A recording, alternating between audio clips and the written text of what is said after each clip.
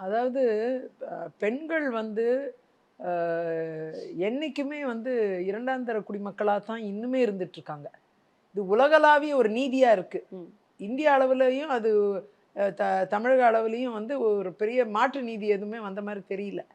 பெண் விடுதலைங்கிறது இன்னுமே பேசு பொருளா இருந்துகிட்டு இருக்கு. அதான் ஆச்சரியம்.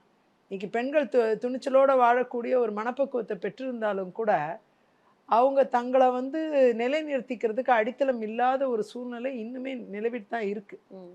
அப்படிப்பட்ட ஒரு சூழ்நிலையில, ஒரு பெண் ஆளுமை, ஒரு க ஒரு 3 முறை முதலமைச்சரா இருந்தவங்க, பல ஆண்டு காலம் அரசியல் தளத்துல இருந்தவங்க, ஒரு ஆளுமைக்கே இதான் நெலைம.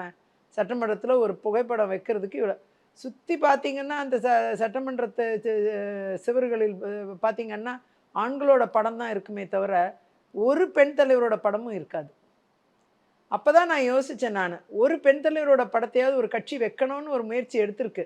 அதுக்கு நாம உதவியா இருப்போம். யார் எதிர்த்தாலும், ம். ஒட்டுமொத்த எதிர்க்கட்சிகள் சார்பா நம்ம ஆதரவு தெரிவிச்சிரலாம். இது என்னுடைய தனிப்பட்ட கருத்துன்னு சொல்லிருவோம்.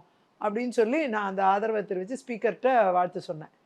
அதுக்கு என் மேல நெறைய விமர்சனங்கள், என் மேல நடவடிக்கை எடுக்கணும்லாம் நெறைய கூக்குரல் வந்துச்சு. மேலிடம் ஆனா அதெல்லாம் ஏத்துக்கல. அது அவங்க ஒரு பெண்ணுங்கிற முறையில சப்போர்ட் பண்ணியிருக்காங்க அப்படின்ட்டு புரிஞ்சுக்கிட்டாங்க. ம்.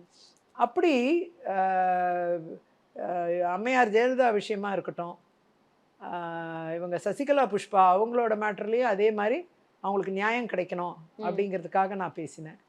அதே மாரி டிஎஸ்பி விஷ்ணுபிரியா அவங்களுடைய மரணமா இருக்கட்டும், ம். சிபிஐ என்கொயரி வேணும்னு கேட்டு கடைசில சிபிஐ என்கொயரியும் வாங்கினோம். ம். அது மாரி பெண்களுக்காக இப்ப நடந்த இந்த அண்ணா பல்கலைக்கழக நிகழ்வா இருக்கட்டும், அதுலயும் அந்த பெண்ணுக்கு நீதி கிடைக்கணுன்ட்டு ம். குரல் குடுத்தேன். அப்படி பெண்களோட உரிமைகளுக்காகவும், பெண்களின் சொத்துரிமைக்காகவும் நெறைய வழக்குகள் தொடர்ந்து ம். அ உயர் நீதிமன்றம், உச்ச நீதிமன்றத்தில நெறைய அப்பியர் ஆயிருக்கேன் நானு. ம்.